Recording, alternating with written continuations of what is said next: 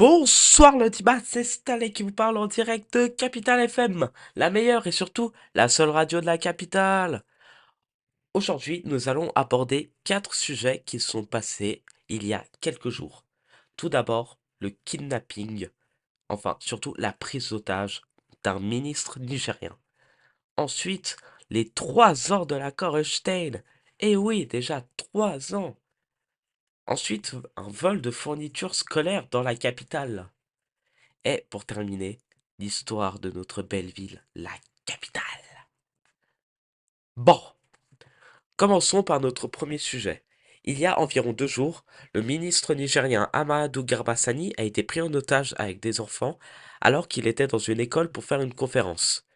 Les preneurs d'otages, qui s'avéraient être la Mazi, n'ont stipulé aucune demande pour l'instant. Et, d'après des informations que nous avons pu avoir, l'accord Holstein a envoyé des soldats américains pour le sauver.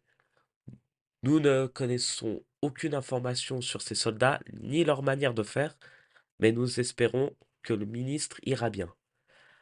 Ensuite, les 3 ans de l'accord Epstein, créé le 8 mars 2021 par Julian, le président actuel de l'accord Epstein.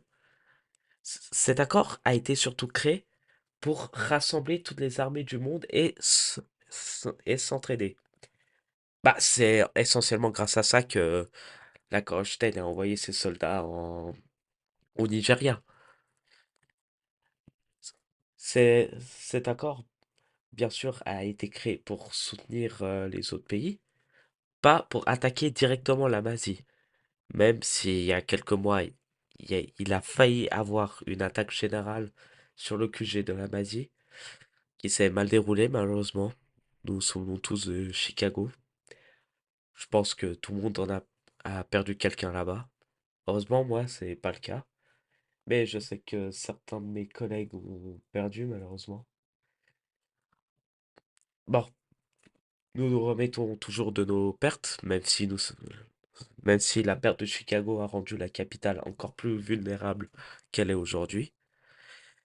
C'est pas grave, on va leur faire confiance, allez. Bon, ensuite, un vol de fournitures scolaires. Cette info peut être insignifiante pour vous, mais elle est capitale. Pourquoi? Déjà, ce qui a été volé, c'est des mines de crayon. Mais pourquoi j'en parle de ces mines de crayon? Parce que 50 kilos ont été volés. 50 kilos de mines de crayon ont été volés. Pourquoi? On ne sait pas. Par qui? Non plus. Tout ce que nous espérons, c'est que ça servira à la bonne cause, même si probablement pas. Et la prochaine fois, rajoute plus de sujets qu'on peut parler. Ok? Bon. Ensuite, l'histoire de notre chère ville, la capitale. Le président contre le voleur de... Non, vendeur d'une bodega. Excusez-moi.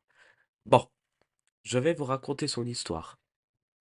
2 jours après la création de l'accord Holstein et de la chute de Washington par la Masie, tous les grands fédéraux et le président, avec le gouvernement, sont arrivés à New York pour s'y installer. Et malheureusement, pour eux comme pour nous, ça nous a pas plu qu'ils s'installent là. La cohabitation n'a pas su se faire. Donc, tout le monde a essayé de construire un mur séparant la ville en deux par le pont de Manhattan. Et oui, mais étrangement, suite à un incident où un ouvrier du gouvernement a été coincé, tout, tout le monde, le gouvernement comme les habitants, ont tout fait pour le sauver. Et cet incident a pu rapprocher les gens.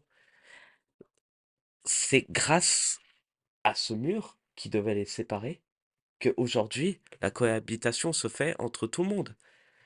Certes, le mur n'a pas été détruit, et heureusement, car si une partie de la ville est attaquée, vous pouvez être sûr que l'autre partie viendra secourir les blessés et fera tout pour défendre l'autre partie de la ville. Et surtout, c'est là où la capitale a été nommée. Bon, du côté de la mer, où il y a la Statue de la Liberté, ça s'appelle toujours New York. Mais de l'autre côté, ça s'appelle la capitale. Et la ville en général a porté le nom de la capitale, plus de New York. Ouais, s'il te plaît, rajoute d'autres sujets parce que là, je viens de terminer, mais je peux parler de quoi d'autre? Ouais, c'est ça. Bon, c'était Stanley. Je vous dis à la prochaine pour une prochaine émission surtout. Et je vais m'entraîner à parler. Bon, au revoir.